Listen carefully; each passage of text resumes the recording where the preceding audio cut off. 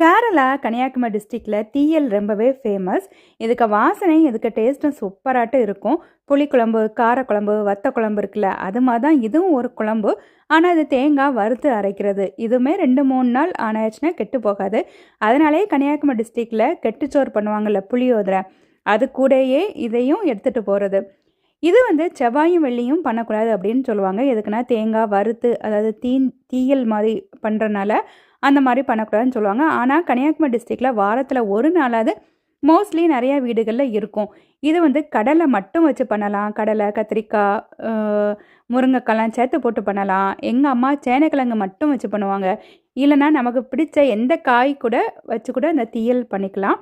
பருப்பு வடை போட்டு கூட தீயல் பண்ணுவாங்க. கேரளாவில் இறால் போட்டு கூட தீயல் பண்ணுவாங்க. இதெல்லாம் தீயல் வெரைட்டிஸ். இதுக்கு ரெசிபீஸ் நம்ம சேனலில் இருக்குது. இதே மாதிரி ட்ரை பண்ணி பாருங்கள். தேங்க்யூ.